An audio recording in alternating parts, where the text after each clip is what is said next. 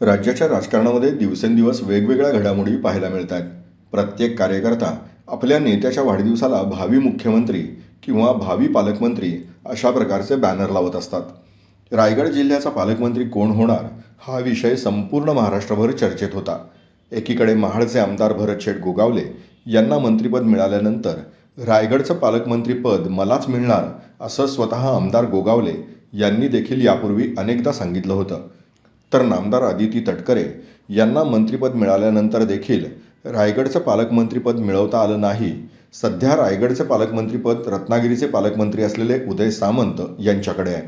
5 August रोजी आमदार जितेंद्र आव्हाड यांचा वाढदिवस असल्यानं महाड शहरामध्ये त्यांचे शुभेच्छा बॅनर लावण्यात आलेत.